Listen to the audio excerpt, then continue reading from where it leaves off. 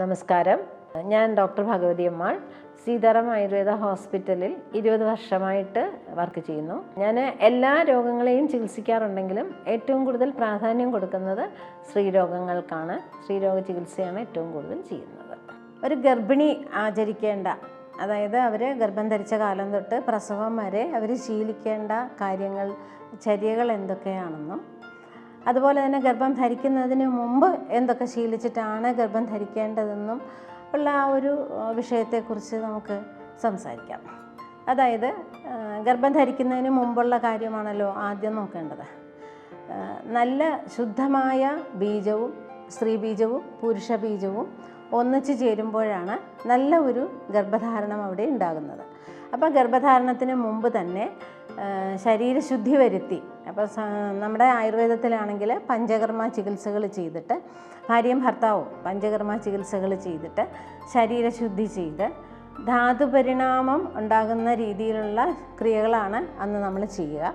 അപ്പോൾ ആ രീതിയിലുള്ള ചികിത്സ കഴിഞ്ഞിട്ട് ഗർഭധാരണം നടത്തുന്നതായിരിക്കും ഏറ്റവും ഉചിതമായത്.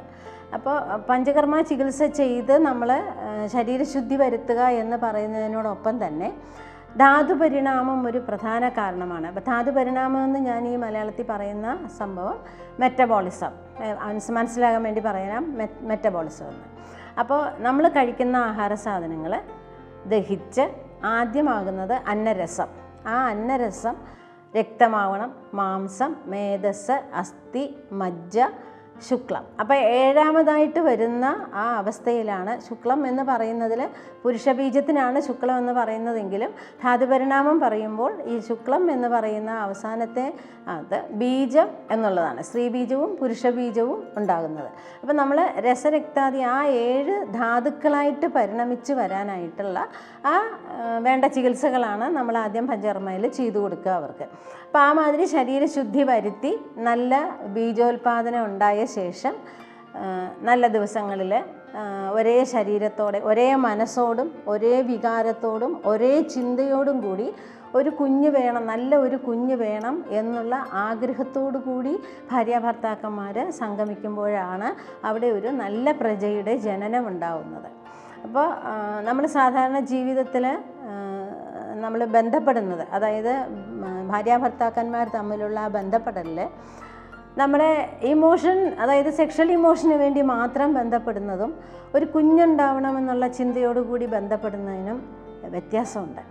നമ്മുടെ ഇമോഷനിന് വേണ്ടി മാത്രം ബന്ധപ്പെടുമ്പോൾ നമ്മളതിൽ സുഖിക്കുന്നു എന്നുള്ളതല്ലാണ്ട് അവിടെ ഒരു കുഞ്ഞിൻ്റെ ജനനം വേണമെങ്കിൽ രണ്ടുപേരുടെയും മനസ്സിൽ നമുക്ക് എന്ത് കുഞ്ഞ് വേണം, ആ കുഞ്ഞ് എങ്ങനെയായിത്തീരണം, ആരായിത്തീരണം, എന്ത് നിറം വേണം എന്നുള്ള അങ്ങനെയുള്ള എല്ലാ ചിന്തകളും രണ്ടുപേരും ഒരുമിച്ച് ആലോചിച്ച് ഉറച്ച് തീരുമാനിച്ച ശേഷം സംഗമിക്കുന്നതാവുകയാണെങ്കിൽ നല്ല ഒരു പ്രജയെ ഉണ്ടാക്കിയെടുക്കാൻ പറ്റും.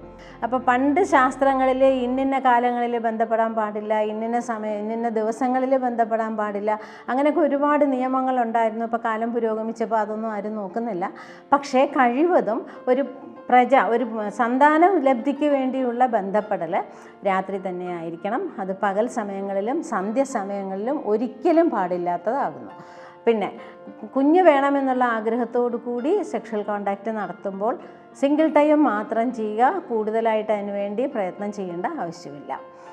അപ്പോൾ അങ്ങനെ ഒരു ഗർഭധാരണം ഉണ്ടായിക്കഴിഞ്ഞാൽ പിന്നീട് ഗർഭം ധരിച്ചു കഴിഞ്ഞാൽ എല്ലാ ചുമതലകളും സ്ത്രീക്ക് മാത്രമാണ്, എനിക്കൊന്നുമില്ല എന്നുള്ള രീതിയിൽ ഭർത്താവ് മാറി നിൽക്കേണ്ട കാര്യമില്ല.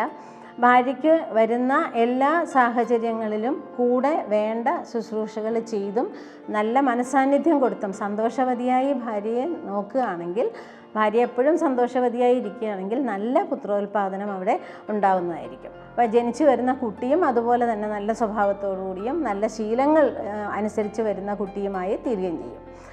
അപ്പോൾ ഇത് ഗർഭം ധരിച്ചു കഴിഞ്ഞു, ഇപ്പോൾ ഒരു ഗർഭിണിയായിക്കഴിഞ്ഞു, നമ്മൾ മെൻസസ് തുടങ്ങി ഒരു 30-ാം ദിവസം ആകുമ്പോഴത്തേക്കും 28 ദിവസത്തിലൊരിക്കൽ നമുക്ക് മെൻസസ് വരണം. ഒരു 30-32 ദിവസമായിട്ട് നമുക്ക് മെൻസസ് വരാണ്ടാകുമ്പോൾ ഈ ആഗ്രഹത്തോടു കൂടി പ്രവർത്തിച്ചിട്ടുണ്ടെങ്കിൽ അവരുടനെ തന്നെ കാർഡ് വാങ്ങി ടെസ്റ്റ് ചെയ്തു.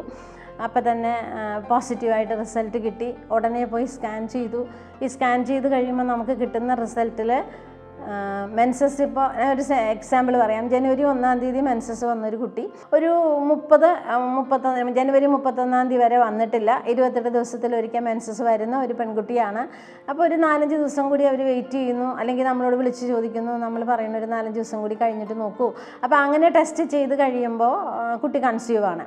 കൺസീവായി പോയി സ്കാൻ ചെയ്യുന്ന സമയത്ത് മിക്കവാറും സ്കാനിങ് റിപ്പോർട്ടിൽ, അതായത് ജനുവരി 1-ാം തീയതി തൊട്ട് ജനുവരി 31-ാം തീയതി ആകുമ്പോൾ 4 ആഴ്ച ഫുൾ നിറഞ്ഞു കഴിഞ്ഞു. അപ്പോൾ ശരിക്കും സ്കാൻ ചെയ്യുമ്പോൾ അവിടെ കുട്ടിക്ക് 4 ആഴ്ചത്തെ വളർച്ച ഉണ്ടാവില്ല, 2 ആഴ്ചത്തെ വളർച്ചയേ ഉണ്ടാവുകയുള്ളൂ. എന്താ കാരണം? ജനുവരി 1-ാം തീയതി മെൻസസ് ആയാൽ 7 ദിവസം ഭാര്യാഭർത്താക്കന്മാർ ബന്ധപ്പെടുന്നില്ല, ബ്ലീഡിങ് ടൈം. അത് കഴിഞ്ഞാൽ പിന്നത്തെ 7 ദിവസമെങ്കിലും കഴിയാണ്ട് ഓവുലേഷൻ ഉണ്ടാവില്ല. അപ്പോൾ ഈ 14 ദിവസം അവിടെ ഒരു ഗർഭധാരണത്തിനുള്ള തയ്യാറെടുപ്പ് വരുന്നതല്ലാണ്ട് ഗർഭധാരണ ആകിത്തീരുന്നില്ല. അപ്പോൾ അവസാനത്തെ 2 ആഴ്ചകളുടെ വളർച്ച മാത്രമേ ആ കുഞ്ഞിനുണ്ടാവുകയുള്ളൂ. മിക്കവാറും സ്കാൻ ചെയ്ത് കഴിയുമ്പോൾ 4 ആഴ്ചയായി, പക്ഷേ കുട്ടിക്ക് 2 ആഴ്ചത്തെ വളർച്ച കുറവാണെന്ന് പറയുമ്പോൾ തന്നെ ഈ കുട്ടി ഒരു ആധി പിടിക്കും. ചിലപ്പോൾ ആദ്യോടുകൂടി ഇത് അബോർഷനാവാൻ സാധ്യതയുണ്ട്. അതുകൊണ്ട് ഞാൻ എപ്പോഴും പറയുന്നത് 45 ദിവസം കഴിഞ്ഞിട്ട് പോയി സ്കാൻ ചെയ്യുക. പീരീഡ്സ് തുടങ്ങി 45 ദിവസം കഴിഞ്ഞിട്ട് പോയി സ്കാൻ ചെയ്യുക. 6 ആഴ്ചത്തെ വളർച്ച കുട്ടിക്ക് ഉണ്ടാവില്ല, 4 ആഴ്ചത്തെ വളർച്ചയേ ഉണ്ടാവുള്ളൂ. 2 ആഴ്ചത്തെ വളർച്ച കുറവാണെന്ന് പറഞ്ഞാൽ എങ്ങനെയും വിഷമിക്കുകയോ ഒന്നും ചെയ്യാണ്ട് സമാധാനമായിട്ട് ഇങ്ങി പോരുക എന്ന് ഞാൻ പറയാറുണ്ട്. അതൊരു സത്യാവസ്ഥയാണ്. കാരണം എല്ലാവരും പോയി സ്കാൻ ചെയ്ത് 2 ആഴ്ചത്തെ വളർച്ച കുറവെന്ന് പറയുമ്പോൾ എനിക്ക് വരുന്ന ഫോണിൽ കൂടെ കരയുക ചെയ്യുക. അപ്പം ഞാൻ തമാശയ്ക്ക് പറയാറുണ്ട്, എൻ്റെ ഫോണൊക്കെ നനയും, നീ കരയല്ലേ, കൊച്ചവിടെ മര്യാദയ്ക്ക് കിടപ്പുണ്ട്, വെറുതെ നശിപ്പിക്കണ്ടെന്ന്. അപ്പോൾ ആ ഗർഭം ധരിച്ചു കഴിഞ്ഞാൽ ഈ ഒരു കാര്യം എല്ലാവരും ആലോചിച്ച് തീരുമാനിച്ച് ചെയ്യുന്നത് നല്ലതായിരിക്കും. ഇനി നമ്മൾ ഗർഭം ധരിച്ചു, ആദ്യത്തെ ഒരു 3 മാസം നല്ല ഛർദി ഉണ്ടാകാൻ സാധ്യതയുണ്ട്. പണ്ട് കാലങ്ങളിലാണെങ്കിൽ ഗർഭധാരണം എന്ന് അറിഞ്ഞു കഴിഞ്ഞാൽ തന്നെ ഛർദി തുടങ്ങുന്ന ഒരു അവസരമായിരുന്നു. പക്ഷേ ഇന്ന് കാലഘട്ടത്ത് ഒരുപാട് മനുഷ്യർ മാനസികമായിട്ട് മനസ്സിലാക്കിയൊക്കെ വന്നതുകൊണ്ട് അപൂർവം ചിലരിലാണ് ഛർദി കൂടുതലായിട്ട് കാണാറുള്ളത്. എന്തായാലും ആദ്യത്തെ ഒരു 3 മാസം, ഈ 3 മാസം എന്ന് പറയുന്നത് പുരുഷബീജവും സ്ത്രീബീജവും ഒന്നിച്ചായി കഴിഞ്ഞ് അത് ആ ഗർഭാശയത്തിനകത്തുള്ള ആ ജലത്തിൽ ഈ കുഞ്ഞ് ഫ്ലോട്ടിംഗ് ആയിട്ടാണ് കിടക്കുന്നത്. അതിങ്ങനെ നീന്തി നടക്കുന്ന സമയമാണ്. അത് ഒരിടത്ത് ഉറച്ചു പിടിക്കുന്നില്ല. ഒരു 3-ാം മാസം ആകുമ്പോഴാണ് അത് ഗർഭാശയ ഭിത്തിയിൽ ഗർഭം ഉറച്ചു പിടിക്കുക. ആ ഉറയ്ക്കുന്ന സമയം വരെ ചിലപ്പോൾ ചെറിയ രീതിയിൽ 1-2 ദിവസങ്ങളിൽ ഒരു പൊട്ടായിട്ടോ കുറച്ചായിട്ടോ ബ്ലീഡിങ് വല്ലതും കണ്ടാൽ പേടിക്കേണ്ട കാര്യമില്ല. 3-ാമത്തെ മാസത്തിൽ ആ ഉറയ്ക്കുന്ന സമയത്തും ചിലപ്പോൾ ചെറിയ രീതിയിൽ ബ്ലീഡിങ് വരാറുണ്ട്. എല്ലാവർക്കും ഇനി ഇത് കേട്ടതുകൊണ്ട് എനിക്ക് വന്നില്ലല്ലോ എന്ന് വിചാരിക്കേണ്ട, എല്ലാവർക്കും വരണമെന്നില്ല, ചിലരില്ലത് വരാറുണ്ട്. അപ്പോൾ അങ്ങനെ വരികയാണെങ്കിൽ അത് പേടിക്കണ്ട. അപ്പോൾ നമ്മൾ ആദ്യത്തെ 3 മാസം ഗർഭം ധരിച്ചു കഴിഞ്ഞാൽ എല്ലാവരോടും പറയുന്നൊരു കാര്യമാണ്, 1 ടേബിൾ സ്പൂൺ വെണ്ണ, 1 നുള്ള് പഞ്ചസാര ചേർത്ത് കഴിക്കുക. ഇനി ഷുഗറൊക്കെ ഉള്ളവരാണെങ്കിൽ കഴിവതും ഒരു 2-3 തരി പഞ്ചസാര പേരിന് ചേർത്തിട്ട് മറ്റ് മധുരങ്ങളൊക്കെ ഒഴിവാക്കിയിട്ട് കഴിക്കുക. ആ 3 മാസം നമ്മൾ വെണ്ണ 3 നേരം ഭക്ഷണത്തിന് അരമണിക്കൂർ മുമ്പ് ഈ വെണ്ണ കഴിക്കുക. ഇത് ഒരുവിധം എല്ലാവർക്കും കഴിക്കാവുന്നതാണ്. പ്രത്യേകിച്ച് പ്രമേഹക്കാർ മാത്രമാണ് അതിലത്തെ പഞ്ചസാര സൂക്ഷിക്കേണ്ടത്. അത് 1 നുള്ള് പഞ്ചസാര, വളരെ കുറച്ച് പഞ്ചസാര ഇട്ടിട്ട് 1 ടേബിൾ സ്പൂൺ വെണ്ണ, നമ്മൾ തൈര് കടഞ്ഞെടുക്കുന്ന ഒറിജിനൽ വെണ്ണ തന്നെ വേണം. 1 ടേബിൾ സ്പൂൺ വെണ്ണ, 1 നുള്ള് പഞ്ചസാര, 3 നേരം ഭക്ഷണത്തിന് അരമണിക്കൂർ മുമ്പ്. ഇത് നമ്മുടെ ഗർഭം ഉറച്ച് കിട്ടുന്നതിന് വേണ്ടി നമ്മൾ ചെയ്യുന്ന ഒരു ട്രീറ്റ്മെൻറ്റാണ്. ഇത് എല്ലാവർക്കും തന്നെ ചെയ്യാവുന്നതാണ്. ഇനി 3 മാസത്തിൽ നമുക്ക് ഛർദിയൊക്കെ ഉണ്ടെങ്കിൽ അതിന് ആ ഛർദിയുടെ രീതി അനുസരിച്ച് എന്ത് മരുന്ന് കഴിക്കണമെന്നുള്ളത് ഒരു ഡോക്ടറെ സമീപിച്ച് മാത്രമേ, അത് ആയുർവേദ ഡോക്ടറായാലും അലോപ്പതി ഡോക്ടറായാലും നിങ്ങൾ ആരെ സമീപിക്കുന്നോ അവരോട് സംസാരിച്ച് അവരുടെ തീരുമാനം അനുസരിച്ച് വേണം പിന്നെയുള്ള മരുന്നുകൾ തുടങ്ങാനായിട്ട്. ഞാൻ ഇത്രയൊക്കെ ചികിത്സകളെക്കുറിച്ചും ഔഷധങ്ങളെക്കുറിച്ചും രോഗങ്ങളെക്കുറിച്ചും ഒക്കെ പറഞ്ഞു. ഇതിലെന്തെങ്കിലും സംശയങ്ങളോ ആവശ്യങ്ങളോ ഉള്ളവർക്ക് കമൻറ്റ് ബോക്സിൽ ഇടാവുന്നതാണ്. സംശയങ്ങൾ തീർത്തു തരാൻ ശ്രമിക്കാം. നമസ്കാരം. ഈ 9 മാസത്തിൽ 1-ാമത്തെ മാസം തൊട്ട് 9 മാസം വരെ കഴിക്കാനായിട്ട് ആയുർവേദത്തിൽ പല പാൽ കഷായങ്ങൾ പറയുന്നുണ്ട്.